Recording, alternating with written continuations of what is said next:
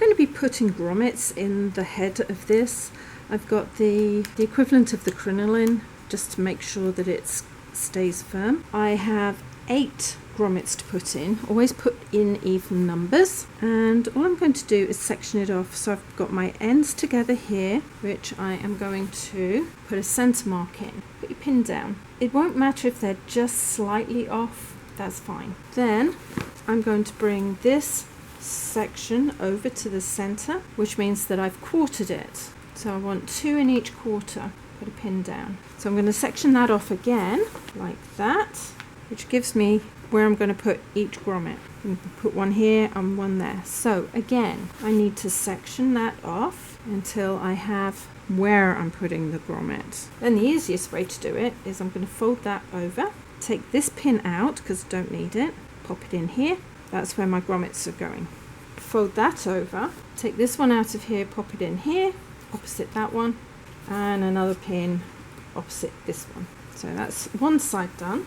And then all I'm going to do is lay this side on top of this other side, and with new pins, oh she's naughty, put them in. Hey, scooch. Golly gosh, it's not one thing, it's another. Okay, so I've matched that one up, I've matched this one up, I've matched this one up, and then I'm going to take this one out and just pop it under here. So now I have where each grommet is going to go.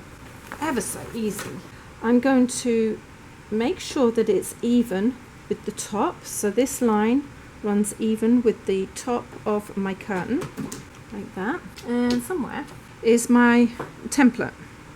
I'm going to line the template at the 2-inch mark down there, and this is going across the top and down. So where that crosses is where I'm going to be putting the mark. So I'm going to pull that, no I'm not, I'm going to pull that out like that, take my pen, mark, there. And I'm going to move to the next one. Again, I'm going to put my tape measure down, run it along the side of the pin, put my template down so it matches the 2 on there and is going up and down, and again put the drawing in. I'm going to do that all the way across the top of this curtain. What I've done is folded the circle in half. With a pair of scissors I'm going to cut through. Do not go over if you can help it.